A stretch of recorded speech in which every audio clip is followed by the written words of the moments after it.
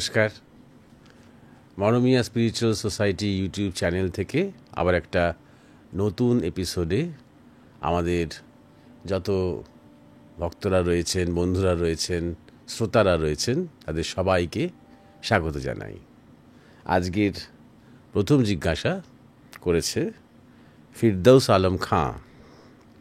তার জিজ্ঞাসা, ভারতে আধ্যাত্মিক বিষয় পড়ানো হয় অথবা প্রকৃত সনাতন যারা, তারা আধ্যাত্মিকতাকেই ধর্ম মনে করে। এতে প্রতিটি বিষয়ের গভীরে প্রবেশ করার বিষয় থাকে। ঈশ্বর সর্বত্র বিরাজমান এমন জ্ঞান পাওয়া যায়। ঈশ্বরই জগৎ হলেন, তাই যেখানেই যা দেখি তা মূলত ঈশ্বরেরই রূপ। প্রশ্ন হলো, ভারতকে মুসলমান ও ব্রিটিশরা এই সব কারণে কি পরাজিত করে দেশ দখল করেছিল?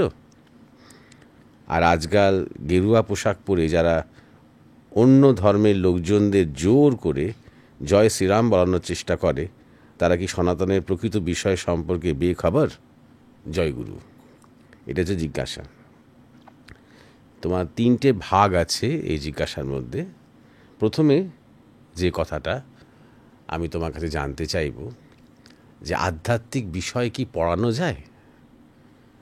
যেমন ধরা যাক, মনুষ্যত্বর বিষয় কখনো শুনেছ কেউ মনুষ্যত্বের বিষয়ে পড়াশোনা করতে গেছে, বা চরিত্র বিষয়ে পড়াশোনা করতে গেছে, বা শ্রদ্ধা বিষয়ে পড়াশোনা করতে গেছে, বা ভক্তি বিষয়ে পড়াশোনা করতে গেছে?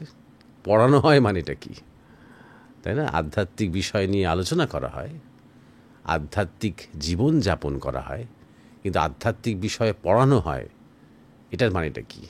এটা পৃথিবীর কোথায় হয়েছে যে আধ্যাত্মিক বিষয় পড়ানো হয়? মরালস পড়ানো হয় অনেক জায়গাতে, ভ্যালুস পড়ানো হয়, অর্থাৎ মূল্যবোধ, রীতিনীতি এসব শেখানো হয়, কিন্তু আধ্যাত্মিক বিষয়ে পড়ানো, এই কথাটাই ভুল কথা। আধ্যাত্মিকতা শব্দটা ভুল ব্যবহার।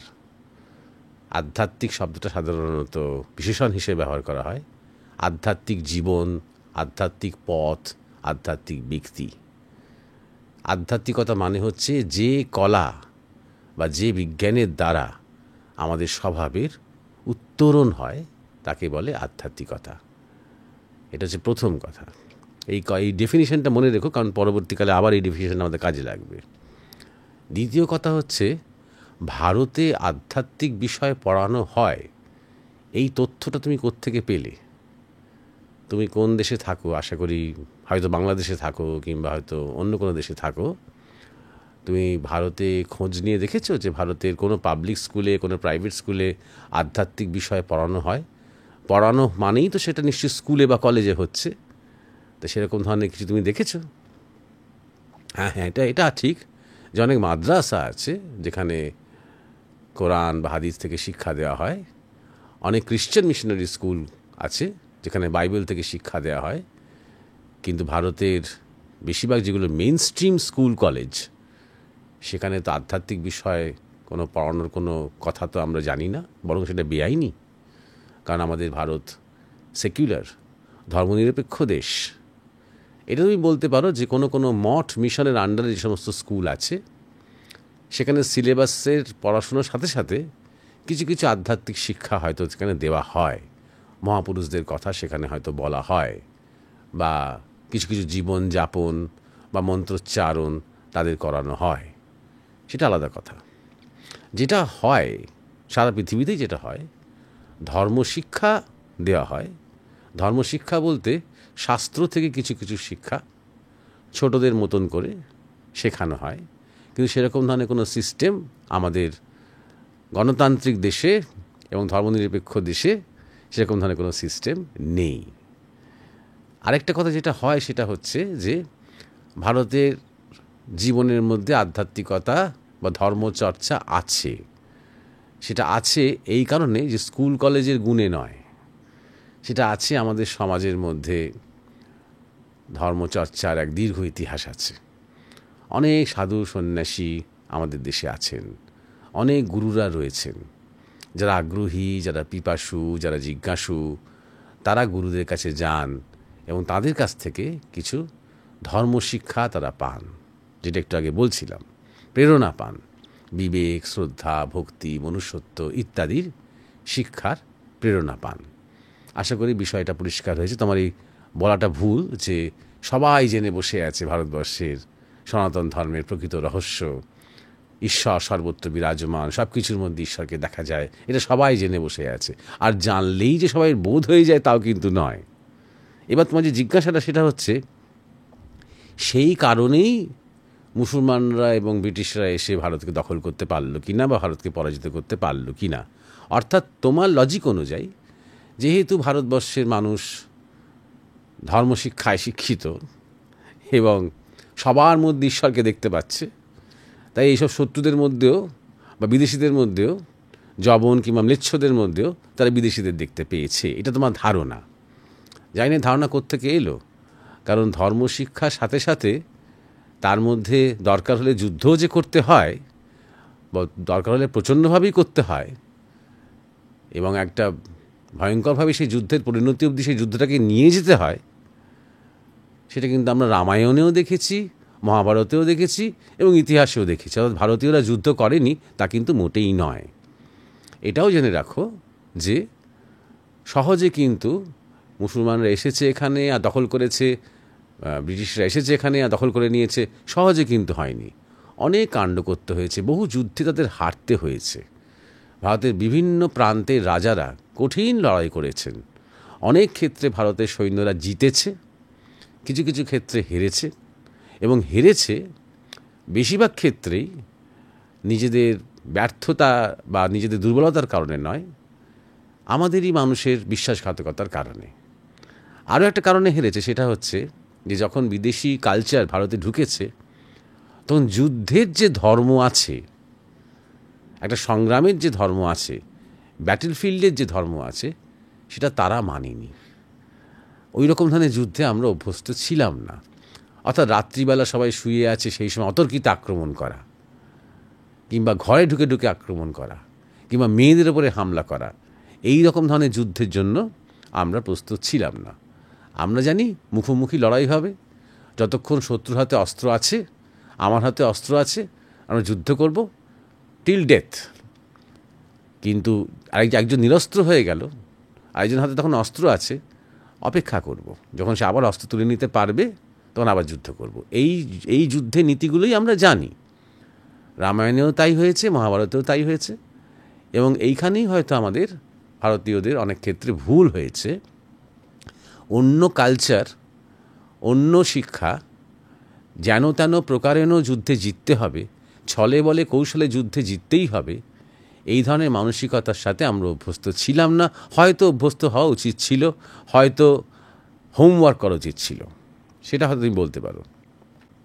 2 নম্বর কথা, শুধু ভারতকেই যে দখল করেছে মুসলমানরা এবং খ্রিশ্চানরা তা কিন্তু নয়, গোটা বিশ্বে করেছে তারা। গোটা এশিয়াতে করেছে, পুরো আফ্রিকাতে করেছে, আমেরিকাতে করেছে, অস্ট্রেলিয়াতে করেছে, নিউজিল্যান্ডে করেছে, ইউরোপে করেছে, গোটা বিশ্বে করেছে তারা। শুধু ভারতকেই যে করতে পেরেছে তা কিন্তু নয়। করেছে কেন? ওদের সাম্রাজ্যবাদের মানসিকতা থেকে করেছে। কেন? লুট করবে বলে, অন্য কোনো কারণে নয়। লুট করবে সেই সব দেশগুলোতে যা যা ধন সম্পদ আছে, যা যা কৃষি সম্পদ আছে, ঔষধি সম্পদ আছে, শিল্প সম্পদ আছে, মন্দির টন্দিরে যত যত সোনা দানা রত্ন ইত্যাদি মানিক যা কিছু আছে, সব কিছু লুট করবে, ধ্বংস করবে, এই মানসিকতা থেকে। পরবর্তীকালে সেই লুটটা আরও সূক্ষ্ম থেকে সূক্ষ্মতর হয়েছে যখন ব্রিটিশরা এখানে শাসন করেছে। আমাদের শাস্ত্র লুট করেছে, আমাদের বিজ্ঞান লুট করেছে, আমাদের জ্ঞান লুট করেছে, আমাদের চিকিৎসা ব্যবস্থা লুট করেছে, আমাদের কাছ থেকে যা যা পাওয়া সব লুট করেছে, এবং সবচেয়ে বড় কথা আমাদের স্মৃতি লুট করেছে, করতে পেরেছে। তৎসত্ত্বেও ভারত তার নিজের সনাতন পরিচয় ফিরে পাওয়ার জন্য চেষ্টা করে যাচ্ছে। সম্পূর্ণ বিস্মৃতি হতে পারেনি ভারতের মহাপুরুষদের জন্য। ভারতের একটা রেজিলিয়েন্স, হাজার হাজার বছরের যে সভ্যতা, তার জন্য পারেনি। অন্যান্য দেশ কিন্তু সেটাও ধরে রাখতে পারেনি। আফ্রিকা বলো, আজকের ইরান, এই যে যেখানে গণ্ডগোল হচ্ছে, পারস্য বলো, ইউরোপ বলো, আমেরিকার যেগুলো ইন্ডিজিনাস কালচার সেগুলো বলো, অস্ট্রেলিয়া বলো, সব শেষ হয়ে গেছে। হয় তারা খ্রিস্টান হয়েছে, নয় তারা মুসলমান হয়েছে। সুতরাং এটা শুধুমাত্র পরাজয় একসময় হয়েছে বটে, কিন্তু পরাজয়টা কিন্তু স্থায়ী হয়নি। আস্তে আস্তে আস্তে আস্তে সেটা কিন্তু চাকাটা ঘুরছে, সব কিছু পাল্টাচ্ছে। এগুলো তুমি জানো, এগুলো আমি অনেকবার নিজে আলোচনা করেছি। সেগুলো জানার জন্য তুমি সেই ভিডিওগুলো তুমি দেখতে পারো। সুতরাং এটা হচ্ছে 4 নম্বর কথা। আর মুসলমান এবং খ্রিশ্চান, ব্রিটিশ সেক্ষেত্রে, এবং শুধু ব্রিটিশ এই জন্যেই যে তোমার অন্যরাও চেষ্টা করেছে, পর্তুগিজরাও করেছে, অন্যান্য যারা খ্রিশ্চান যারা সাম্রাজ্যবাদী, ফরাসিরা চেষ্টা করেছে, ডাচেরা চেষ্টা করেছে। ইনফ্যাক্ট ডাচেরা খুব খুব শক্তিশালী ছিল, একটা সময় ব্রিটিশদের থেকেও তারা শক্তিশালী ছিল। ডাচ আর্মি ভারতবর্ষে ঢুকেও ছিল, কিন্তু গোহারান হেরেছিল ভারতের, দক্ষিণ ভারতের রাজাদের কাছে। হারার পরে তখন তারা পিছিয়ে যায়। নাহলে ওরা যদি সেই সময় সফল হতে পারত, তাহলে ব্রিটিশদের আগেই ওরা মোটামুটি ভারতবর্ষে অনেকগুলো জায়গা দখল করতে পারত, এবং তাহলে আজকে হয়তো ডাচ পুরো ইউরোপ এবং পৃথিবীর ইকোনমিটা ডমিনেট করতে, যেটা ইংরেজরা অনেক কাল ধরে করেছে। আমরাও হয়তো আজকে ইংরেজির থেকে ডাচ ভাষায় বেশি কথা বলতে পারতাম। তো যাই হোক, শুধু তাই জন্য যে কথা বলছিলাম, অনেকবার কিন্তু ওরা হেরেছে, এইটা খেয়াল রাখতে হবে। ব্রিটিশ এবং মুসলমানরা হেরেছে। এবার আমাদের যেটা একবার বলেছি, বিশ্বাসঘাতকতা করেছে অনেকে। এছাড়াও যে কারণে আমরা হেরেছি সেটা হচ্ছে, আমরা পুরো ভারতবর্ষের সব রাজারা একসাথে একজোট হয়ে কখনো লড়াই করতে পারিনি। আমাদের মধ্যে অনেক বিভেদ থেকেছে, রাজায় রাজায় পাশাপাশি প্রতিবেশী রাজ্যের মধ্যে অনেক শত্রুতা থেকেছে। সেই শত্রুতাকে কাজে লাগাতে পেরেছে বিশেষ করে ইংরেজরা। ইংরেজরা যে খুব বেশি যুদ্ধ করেছে তা কিন্তু নয়, কৌশল করেছে। ব্যবসা বাণিজ্য করে বা ব্যবসা বাণিজ্যর নাম করে, বা যেন নতুন নতুন সব ব্যবস্থা আনছি, যেন খুব উদার পাশ্চাত্য সংস্কৃতি নিয়ে আসছি, ডেমোক্রেসি নিয়ে আসছি, বিচার ব্যবস্থা নিয়ে আসছি, মানবাধিকার নিয়ে আসছি, এইসবের নাম করে কৌশলে এবং ব্যবসা টাকা খরচা করে, লগ্নি করে, ওরা ব্যবসাটা খুব ভালো বোঝে। ওরা কি করেছে যে অনেককে কিনে নিতে পেরেছে, অনেকে কাজে লাগাতে পেরেছে, করে আমাদের মধ্যে একটা বিভেদ বা বিভাজন তৈরি করে ওরা আস্তে আস্তে আস্তে আস্তে দেশে অনেকটা দখল করেছে। আরও একটা কথা এখানে বলে রাখি, যে এটা একটা স্ট্যান্ডার্ড যে আমরা একটা ধরে নিই যে মুসলমানরা পুরো ভারত দখল করলো, এগুলো আমাদের ইতিহাসে পড়ানো হয়, কিন্তু কথাটা একেবারেই ভুল। বেশিরভাগ সময় মুঘলরা যতটা অংশ দিল্লি বা দিল্লি কেন্দ্রিক অঞ্চল দখল করে রেখেছিল, তার চেয়ে অনেক বেশি অঞ্চল এখানকার স্থানীয় রাজাদের হাতে ছিল। যেমন দক্ষিণ ভারত, দক্ষিণ ভারতে প্রায় কোনো সময় কোনো মুঘলরা পুরোপুরি দখল করতে পারেনি। দক্ষিণ ভারতের যা মানে অঞ্চলে, ডেকান প্লেটোতে যুদ্ধ করতে করতেই অরঙ্গজেবের শেষ পর্যন্ত মৃত্যু হলো, এবং যতদিন মুঘল সাম্রাজ্য ছিল ততদিন পর্যন্ত কোথাও না কোথাও বিদ্রোহ হয়েই চলেছিল। 2 নম্বর কথা হচ্ছে, মারাঠিরা কিন্তু সবসময় যুদ্ধ করে গেছে, শিখেরাও যুদ্ধ করে গেছে। সুতরাং কখনোই কিন্তু ভারত ছেড়ে দেয়নি বিদেশি শাসকদের। ইংরেজদেরও কিন্তু ক্রমাগত বিদ্রোহ এবং বিপ্লব এবং যুদ্ধ ওদের ফেস করে যেতে হয়েছে।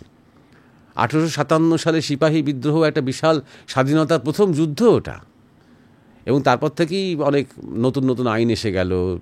ইংরেজরা আইন আনলো যে ভারতের মানুষ আর কোনো অস্ত্রশস্ত্র ক্যারি করতে পারবে না, জমায়েত হতে পারবে না, এবং মানে হিন্দু মুসলমান এই বিভাজনগুলোকে আরও স্পষ্ট করতে আরম্ভ করলো 1857 পর থেকে। অর্থাৎ ভারতীয়রা যে যুদ্ধ না করে এক কথায় মেনে নিল, সাঁওতাল বিদ্রোহ হয়েছে, সন্ন্যাসী বিদ্রোহ হয়েছে, 40 বছর ধরে সন্ন্যাসী বিদ্রোহ হয়েছে। সুতরাং যুদ্ধ কিন্তু ভারত করে গেছে, এটা বলতে পারো।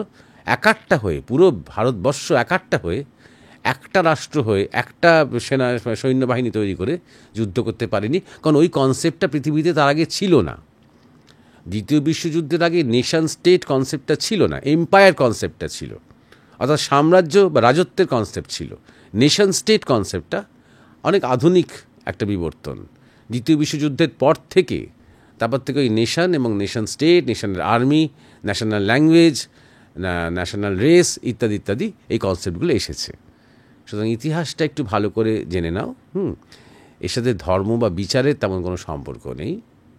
যদি বিচারের কথাই বলো, তাহলে এই যে যারা যে সমস্ত সাম্রাজ্যবাদী দেশ রয়েছে, তাদের লুটপাট দখল করার সাথে সাথে যেটা ওদের ধর্ম বিচারে যেটা ছিল, যে আমাদের ধর্মমতটাই শ্রেষ্ঠ, আমাদের ধর্মবিশ্বাসটাই শ্রেষ্ঠ, এবং বাকিরা মানে নিকৃষ্ট, এবং বাকিরা অসভ্য, তাদেরকে রূপান্তর করতে হবে, তাদেরকে হয় দাসত্বে পরিণত করতে হবে কিংবা তাদেরকে শেষ করে দিতে হবে। এই মানসিকতা থেকেই সাম্রাজ্যবাদ সারা পৃথিবীতে এই দুটো ধর্মমত ছড়িয়ে দিয়েছিল। এটা হচ্ছে প্রথম কথা। তারপর তুমি একদম অন্য কথায় চলে গেছো যে আর আজকাল গেরুয়া পোশাক পরে যারা অন্য ধর্মের লোকজনদের জোর করে জয় শ্রীরাম বাড়ানোর চেষ্টা করছে, তারা কি সনাতনের প্রকৃত বিষয় সম্পর্কে বেখবর? জয়গুরু, এটা তুমি লিখেছ। দেখো, এগুলো সব সমস্ত ক্রিয়া প্রতিক্রিয়া আছে।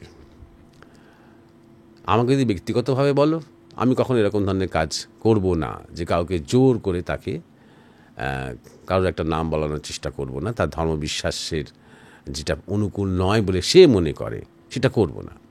কিন্তু অনেকে যে করে তার কারণ হচ্ছে যে এই রকম ধরনের একটা পরিবেশ এখন শুধু ভারতবর্ষে কেন, সারা পৃথিবীতেই তৈরি হয়েছে। সাম্প্রদায়িকতা শুধুমাত্র আমাদের দেশেই নেই, সব জায়গাতেই রয়েছে। বা শুধুমাত্র মানে হিন্দু ধর্মের মধ্যে বা হিন্দু বিশ্বাসের মধ্যেই সাম্প্রদায়িকতা আছে তা না। ইনফ্যাক্ট ভারতবর্ষের যে ধর্ম সেটা কখনোই সাম্প্রদায়িক নয়। তাকে সেই ধর্মের মধ্যে হয়তো অনেক সামাজিক সংকীর্ণতা আছে, কিন্তু কোনো সাম্প্রদায়িকতা নেই। সাম্প্রদায়িকতা বলতে আমি কি বলছি, যে ভারতবর্ষের ধর্ম কখনো চেষ্টা করেনি অন্যান্য দেশে গিয়ে, অন্যান্য জায়গায় গিয়ে সেখানকার মানুষকে জোর করে ধর্মান্তরণ করতে চেষ্টা করেনি। সুতরাং কালচারালি আমাদের মধ্যে এই ভাবটা একেবারেই নেই। যে যার নিজের বিশ্বাস নিয়ে, পারস্পরিক শ্রদ্ধা নিয়ে থাকলেই হলো, নিজে বাঁচো, অপরকে বাঁচতে দাও, এই হচ্ছে ভারতবর্ষের ধর্মের মূল কথা। তৎসত্ত্বে এগুলো হচ্ছে কারণ এগুলোর মধ্যে অনেক প্রতিক্রিয়া রয়েছে। কারণ অনেক ক্ষেত্রেই অন্যান্য ধর্মাবলম্বী যারা রয়েছেন তারা মাঝে মাঝে এমন এমন কাণ্ড করছেন, তারা জোর করে কোনো অঞ্চলে, বাংলাদেশে এরকম হয়, আমাদের দেশে এরকম হয়, আমাদের পশ্চিমবঙ্গে এরকম হয়েছে, এমন এমন সাম্প্রদায়িক বিদ্বেষপূর্ণ আবহাওয়া তারা তৈরি করছেন, যার জন্য তার প্রতিক্রিয়াতে স্বাভাবিকভাবে প্রতিক্রিয়া তো হবেই একটা সময়, তাই না? সবাই তো, সব গোষ্ঠীরা তো চুপ করে মেনে নেবে না যে যা হচ্ছে হোক, আমরা মেনে নেব, এটা আমাদের ভবিতব্য, এটা তো করবে না। শুনুন, তার তো একটা প্রতিক্রিয়া হবেই। যেমন ধরা যাক, রিসেন্টলি আমি একটা খবরে দেখলাম যে একটা ছেলেকে এরকম করা হয়েছে, তাকে জোর করে বাড়ি থেকে নিয়ে এসে টেনে বার করে নিয়ে তাকে মন্দিরের কাছে নিয়ে গিয়ে তাকে বলানো হয়েছে জয় শ্রীরাম, এবং তাকে ক্ষমা চাওয়া করানো হয়েছে। কেন ক্ষমা চাওয়া করানো হয়েছে? কারণ সে সোশ্যাল মিডিয়া পোস্টে ক্রমাগত হিন্দু দেব দেবী সম্বন্ধে অত্যন্ত অশালীন এবং অপ্রীতিকর কিছু কথা বলেছে। তা তুমি যদি মনে করে যে তাকে জয় শ্রীরাম জোর করে বলানোটা উচিত হয়নি, তাহলে তোমার সঙ্গে সঙ্গে তার সাথে এটাও যোগ করা উচিত যে তার কিন্তু তার আগে সোশ্যাল মিডিয়াতে আরেকটি ধর্মের দেবদেবী সম্বন্ধে এইসব অপ্রীতিকর লেখালেখি করা উচিত হয়নি, যেগুলো অফেন্ড করতে পারে আরেকজনকে। সুতরাং এটা ক্রিয়া প্রতিক্রিয়া তো থাকবেই। তাকে মারাও হয়নি, তার মানে ধর থেকে মুন্ডটা আলাদা করে দেওয়াও হয়নি, তাই কিছুই করা হয়নি। আর যারা গিয়েছিল তাকে নিয়ে আসতে বাড়ি থেকে, তারা কেউ গেরুয়া পড়াও নয়, সাধারণ মানুষ। তাদের খারাপ লেগেছে। তাদের খারাপ লাগাটা উচিত কি অনুচিত সেটা অন্য প্রশ্ন। তাদের খারাপ লেগেছে, তারা মন্দিরে নিয়ে এসে তাকে ক্ষমা চাওয়া করিয়েছে এবং জয় শ্রীরাম বলিয়েছে। 2 নম্বর কথা যেটা আমি বলতে চাই, যে জয় শ্রীরাম বললে অসুবিধে কি আছে? সে যে কোনো ধর্মাবলম্বী লোকই হোক না কেন।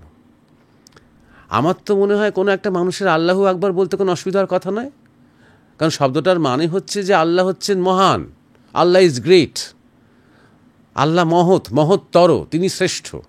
তা আল্লাহ যদি আমাদের ভারতবর্ষের উপনিষদের ধরন অনুযায়ী সগুণ ব্রহ্ম হন অথবা ঈশ্বর হন, তা তিনি তো মহৎ, তিনি তো গ্রেট, তিনি তো মহত্তর, তাতে তো অসুবিধা কিছু নেই।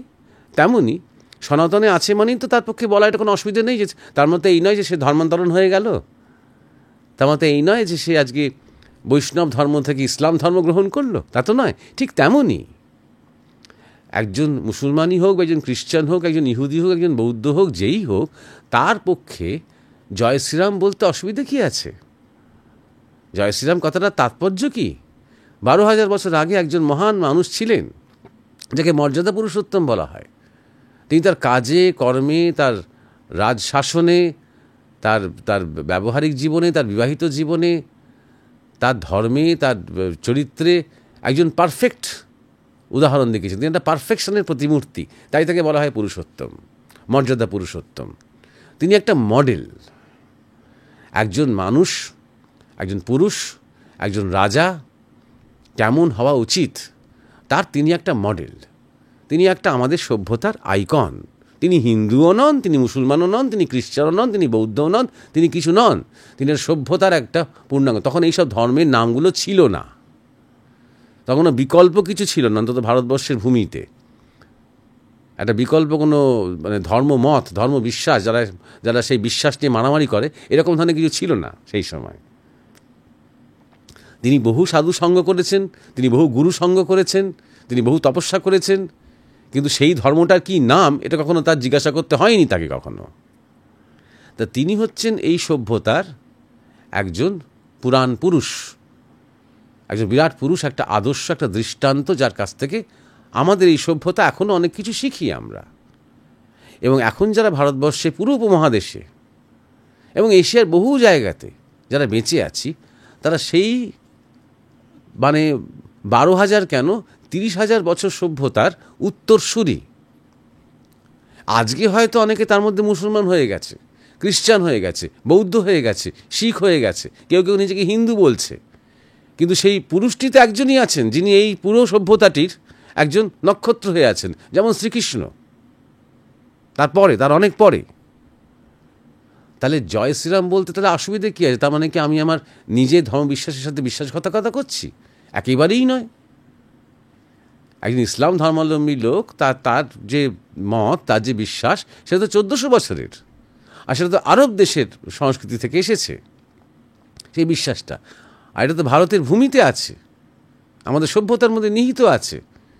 তাহলে আমি যখন জয় শ্রীরাম বলছি, তাহলে আমি কী বলছি? আমি কি বলছি যে আল্লাহর থেকে বা গডের থেকে বা যিশুর থেকে আমার শ্রীরামচন্দ্র বেশি শ্রেষ্ঠ? তা তো বলছি না।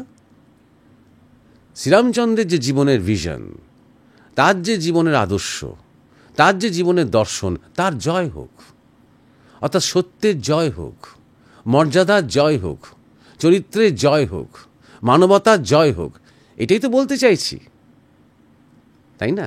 ওই জন্যে বলছি, বেশি গভীরতা কেউ ঢোকে না, বা খুব সরলভাবে এই শব্দগুলোর বোঝার তো কেউ চেষ্টা করে না।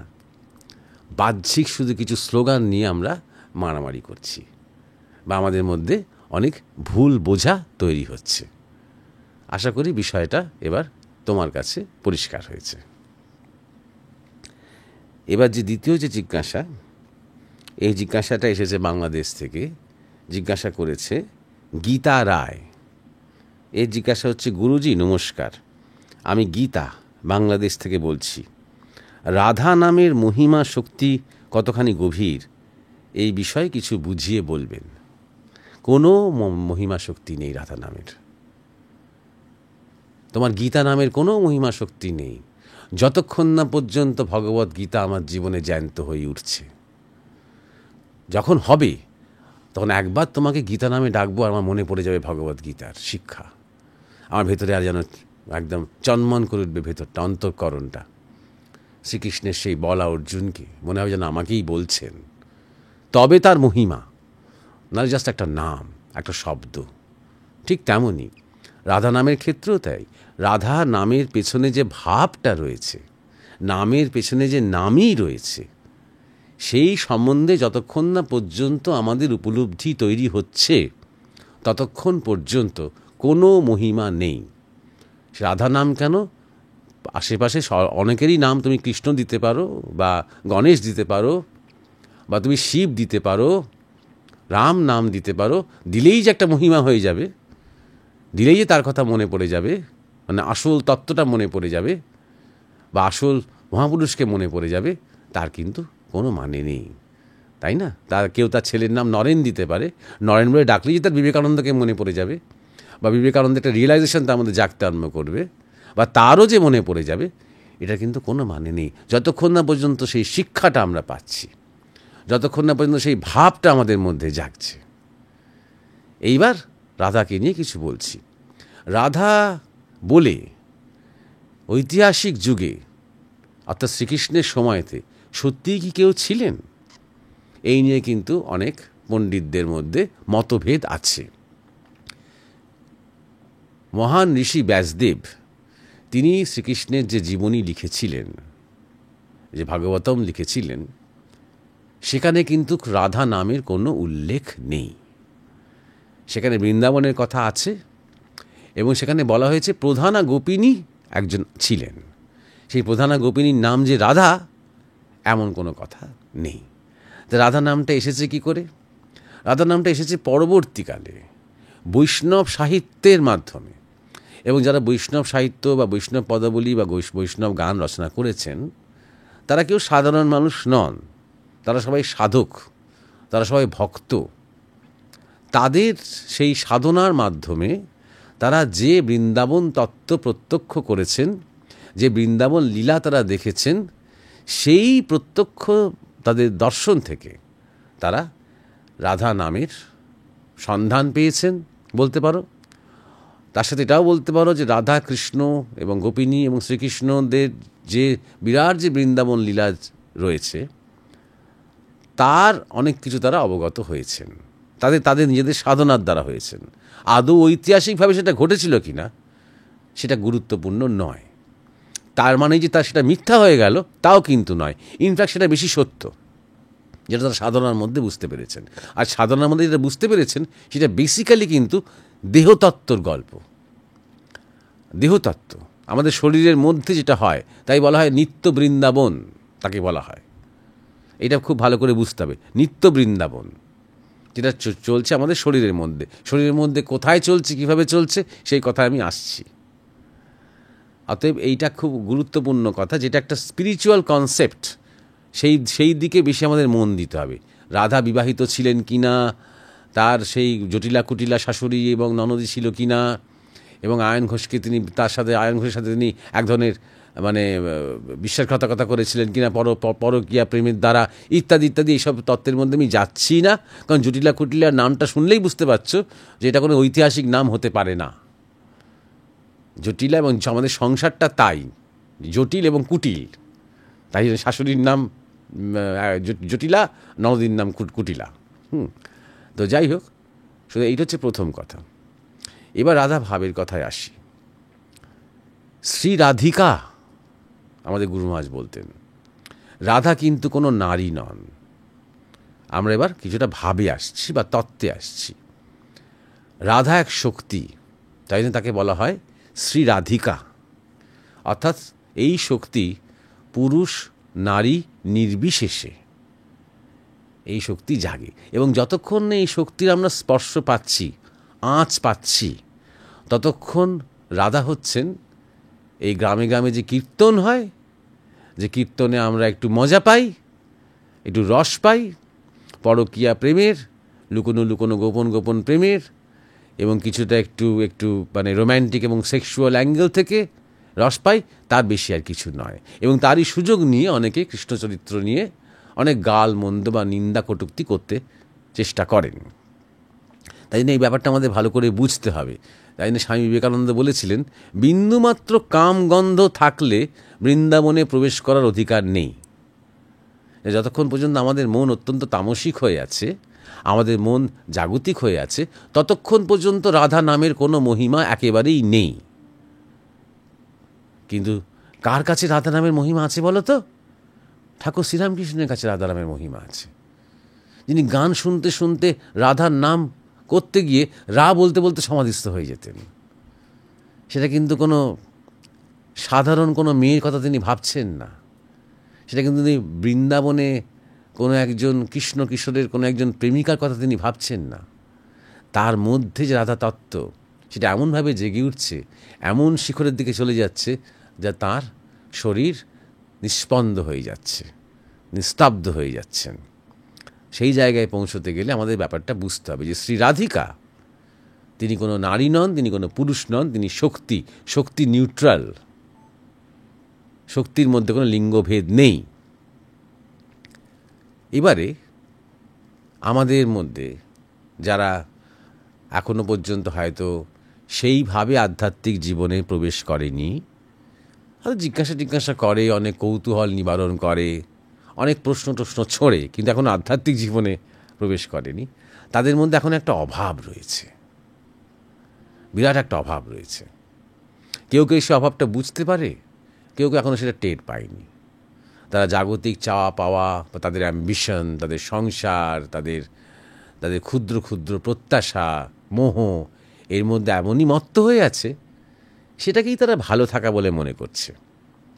যারা এই জাগতিক অবস্থা থেকে ভালো আছে বেশ, তারা একটা অভাবের মধ্যে আছে। কিন্তু একটা পয়েন্ট আসে যখন একটা যে জীবনে কিছু অভাব আছে, এইটা কেউ ধারণা করতে পারে।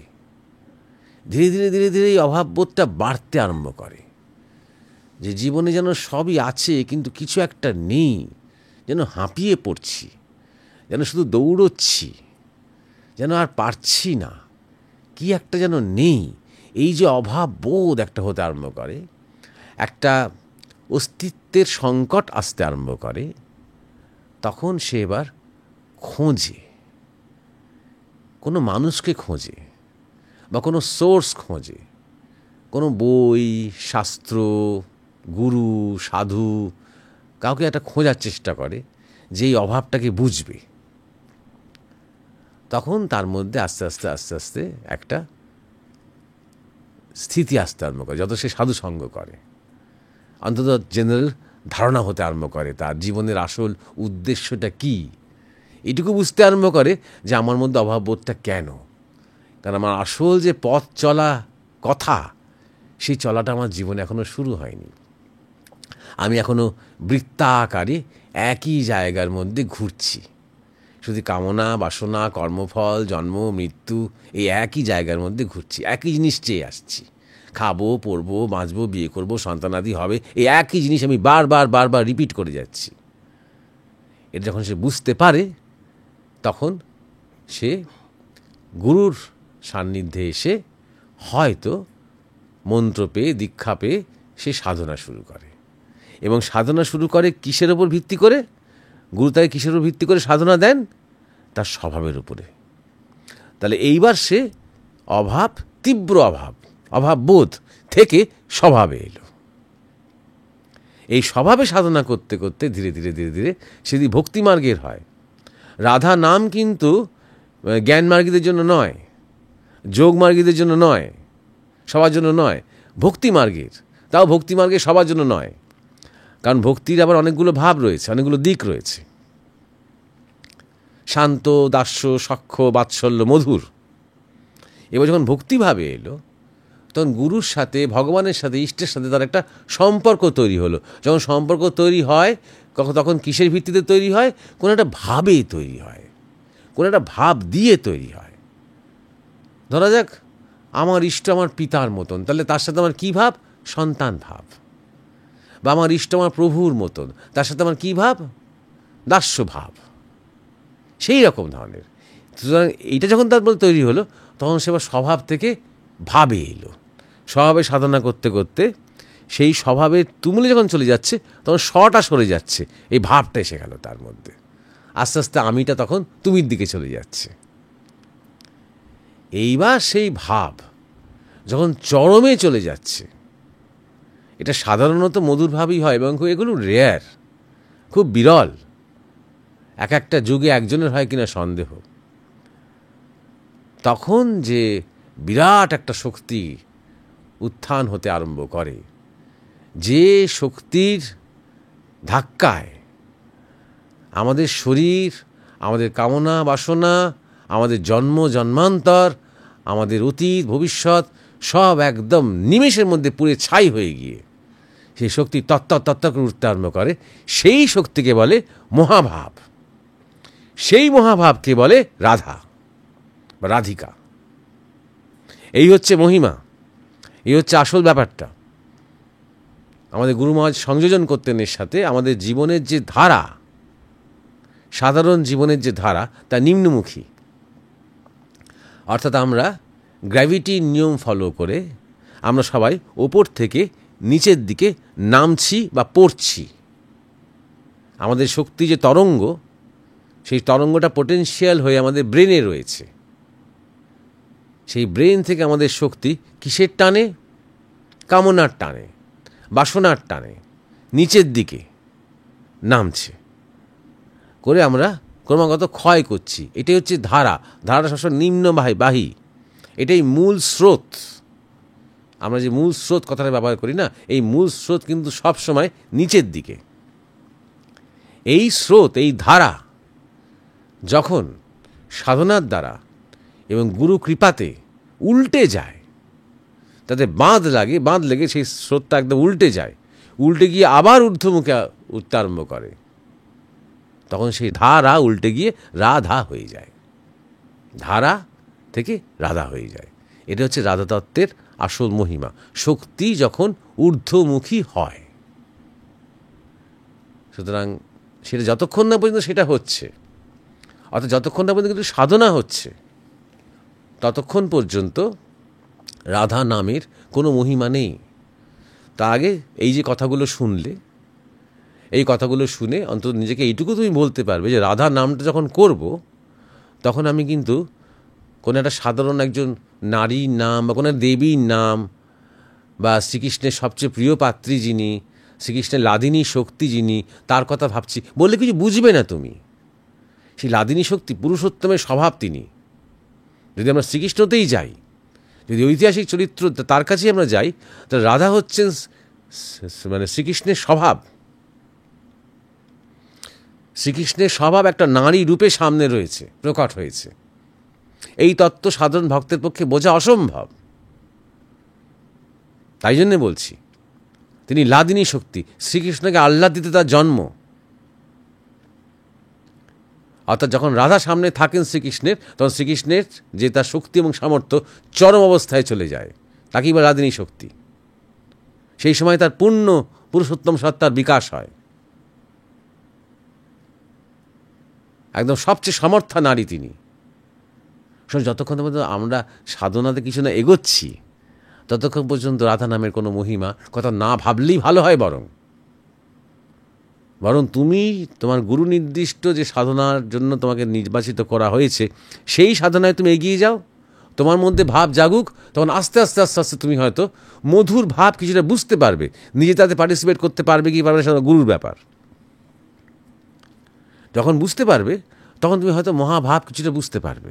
যখন বুঝতে পারবে সেটা, তখন তুমি রাধা নামের মহিমা কিছুটা ধারণা করতে পারবে, সামান্য হলেও হয়তো ধারণা করতে পারবে। তার আগে পর্যন্ত যে নামের স্মরণে তোমার আনন্দ হয়, যে নামের স্মরণে তোমার পুলক হয়, যে নামের স্মরণে তোমার সকল দুঃখকে তুমি অতিক্রম করে তোমার মনের মধ্যে বেশ একটা কনফিডেন্স আসে, আত্মবিশ্বাস আসে, সাহস আসে, তেজ আসে, একটা প্রসারণ হয়, সেই নামে স্মরণ করো।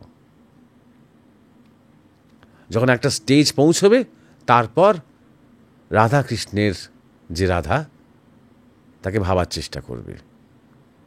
আর এই যখন মানে জীবনের ধারা একদম সম্পূর্ণ উল্টে গিয়ে উজান স্রোত ধরে, এটাই বাউলের উজান চলা, উজান স্রোত ধরে যখন উপরে চলে যাচ্ছে, কোথায় যাচ্ছে? সহস্রার চক্রে যাচ্ছে।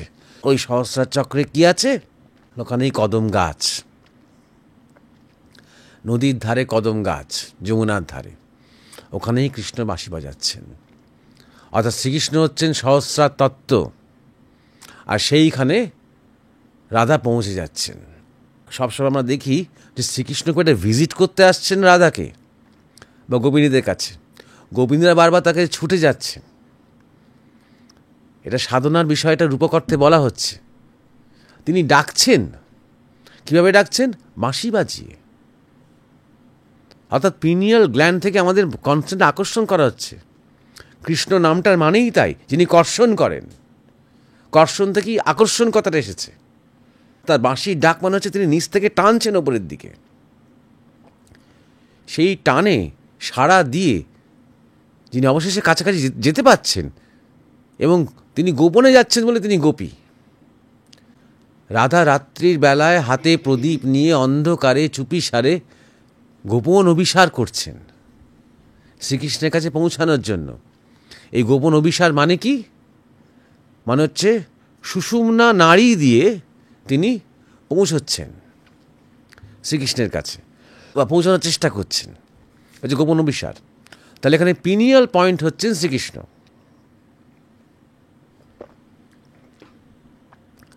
আর শ্রী রাধিকা হচ্ছেন যে জীবাত্মাই বলো বা স্বয়ং বলো বা কুলকুণ্ডলিনী শক্তি বলো, কুলকুণ্ডলিনী শক্তি হচ্ছে তন্ত্রের ভাষা, আর শ্রী রাধিকা হচ্ছে বৈষ্ণবদের ভাষা। আমরা সবসময় সব কিছু আজকাল ঘেঁটে কথা বলি, হ্যাঁ, কিন্তু বোঝানোর জন্য আমি বলছি, কুলকুণ্ডলিনী শক্তি বলো যা সহস্রের কাছাকাছি পৌঁছে যাচ্ছে, যে কোনো রূপকেই বলো, সেই হচ্ছে কৃষ্ণতত্ত্বে রাধাতত্ত্বের মিলন হচ্ছে। আর সেই যে মিলন বা সেই যে টানা পড়েন, এটা নিত্য। আজ্ঞাচক্র পেরোলেই কিন্তু জন্ম মৃত্যু পেরিয়ে গেছেন সাধক। এই লীলা নিত্য লীলা, অপ্রাকৃত, এটা কোনো প্রকৃতির কোনো তত্ত্বের মধ্যে নেই। এটা একদম সাধনার এবং উপলব্ধির এবং বোধের চরমতর গভীরতর জায়গা। এটা বাউল তত্ত্বে কিছুটা আন্দাজ করা যায়। তাই জন্যে বলছি, রাধা নামের মহিমাতে আসার আগে না শিব নামের মহিমা বরং স্মরণ করো। এবং খেয়াল রেখো, শিব কিন্তু বৃন্দাবনে ঢুকতেই পারলেন না। তিনি যখন শুনলেন যে বিশেষ রাসমঞ্চে বিশেষ শ্রীকৃষ্ণের লীলা হচ্ছে, তিনি অংশগ্রহণ করতে গিয়েছিলেন। তাকে দ্বার থেকে ফিরিয়ে দেওয়া হলো, যেহেতু তিনি শিব। কেন ফিরিয়ে দেওয়া হলো? কারণ তার মধ্যে জ্ঞান আছে। জ্ঞান মানে এক ধরনের ঐশ্বর্য। ঐশ্বর্য মানে সেটা একটা অলংকার, সেটা একটা আভরণ। নিরাভরণ হতে হয়, ঐশ্বর্যহীন হতে হয়। তাই সেই বৃন্দাবনে ন্যাংটো হতে হয়, অর্থাৎ সম্পূর্ণ সহজ হতে হয়। তাই তাকে বলা হয় মাধুর্য। তাই আমরা এখন ঐশ্বর্য নিয়ে আছি, সাধারণ মানুষ যারা, আমরা ভক্তি চাই, জ্ঞান চাই, প্রেম চাই, ধ্যান চাই, সমাধি চাই, এসব ঐশ্বর্য। এগুলোর পারে গোপীরা কখনো এগুলো চাননি। কোনো দিন বৃন্দাবনের কোনো সাহিত্যে পাবে না যে গোপীরা শ্রীকৃষ্ণের কাছে প্রার্থনা করছেন, আমাকে এই দাও তাই দাও, জাগতিক ছাওয়া ছেড়েই দাও, আমাকে ভক্তি দাও, আমাকে জ্ঞান দাও, যেন তোমাকে দর্শন করতে পারি। কিচ্ছু চাইছেন না, কিচ্ছু চাইছেন না। তারা শুধু কৃষ্ণের সঙ্গ চাইছেন। এবং কৃষ্ণের কি মহিমা টহিমা সেসব নিয়ে তাদের কোনো মাথা ব্যথা নেই। শ্রীকৃষ্ণের কত জ্ঞান, তার কত ক্ষমতা, তিনি কত বড় রাজপুরুষ, তিনি কত বড় যোদ্ধা, এসব নিয়ে তাদের কোনো মাথা ব্যথা নেই। যেমন প্রকৃত বন্ধুত্বের সম্পর্কের মধ্যে না, কে বড়লোক, কে গরিব, কার কত কোয়ালিফিকেশন আছে, কে কত নিরক্ষর, এসব বিচারই করে না বন্ধুত্বের মধ্যে। বন্ধুত্ব বন্ধুত্ব, এসব নিয়ে কখনো প্রশ্নই ওঠে না। ঠিক তেমনই যেখানে প্রকৃত সম্পর্ক, যেখানে প্রকৃত প্রেম, সেই যে নিত্য বৃন্দাবনের জায়গায়, সেখানে এইসব ঐশ্বর্যের কোনো জায়গাই নেই। তাই যতক্ষণ পর্যন্ত আমাদের ঐশ্বর্য বুদ্ধি রয়েছে, যতক্ষণ পর্যন্ত আমাদের মধ্যে চা পাওয়া রয়েছে, ততক্ষণ পর্যন্ত আমরা জ্ঞান চাইব, ভক্তি চাইব, প্রেম চাইব, সাধনা চাইব, ধ্যান চাইব, গুরু চাইব, অনেক কিছু চাইব। সেই চাওয়াটাই ভালো, সেই পথে এগোতে হবে। এগোতে এগোতে আস্তে আস্তে আস্তে আস্তে এই যে অপার্থিব অতি প্রাকৃত তত্ত্বগুলো অন্তত ধারণা করতে আরম্ভ করা যাবে। আর তখন অন্তত এই নামের মহিমা এই অর্থে থাকবে, মনে পড়ে যাবে যে ফাইনাল ডেস্টিনেশন বলে কিছু নেই, তাকে পাওয়ারও কোনো শেষ নেই, তাকে জানারও কোনো শেষ নেই। এটা কোনো ডিউটি নয় যে আমাকে ঈশ্বরকে পেতে হবে। তারপরে যে লীলা আছে, যে আনন্দ আছে, যে প্রেম আছে, ওগুলো ডিউটি থেকে আসে না, ওগুলো আছেই, নিত্য রয়েছে জগতে। সে আনন্দ এবং সে লীলার জন্যই জগৎ সৃষ্টি হচ্ছে ক্রমাগত, এবং ধ্বংস হচ্ছে এবং সৃষ্টি হচ্ছে। তো তাই জন্য বলছি, আপাতত সামনে যিনি আছেন শিব, তার নামের মহিমা বরং চিন্তা করো।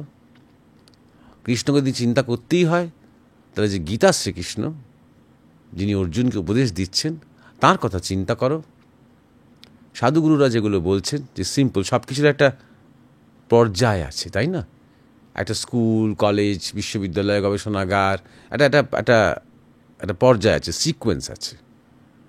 নিজের রাস্তা দিয়ে এগো, এগোতে এগোতে যখন স্বভাব থেকে ভাবের দিকে যেতে পারবে, তখন ধীরে ধীরে ধীরে ধীরে মহাভাব হয়তো সহজে জাগবে না, ঈশ্বরের কৃপা ছাড়া সর্বস্ব যখন ত্যাগ হয়ে যায় তখনই মহাভাব জাগে।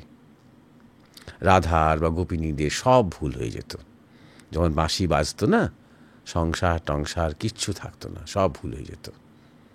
যে অবস্থায় যে থাকতেন সব ভুলে গিয়ে তারা ছুটতেন, কোথা থেকে বাঁশিটা আসছে, কোথায় তিনি এখন, ছুটতেন। এসবই রূপক, কিন্তু যখন এইভাবে ভগবানের প্রতি ভালোবাসাটা আসবে, অকারণ তার কাছ থেকে কিছু পাবো বলে নয়,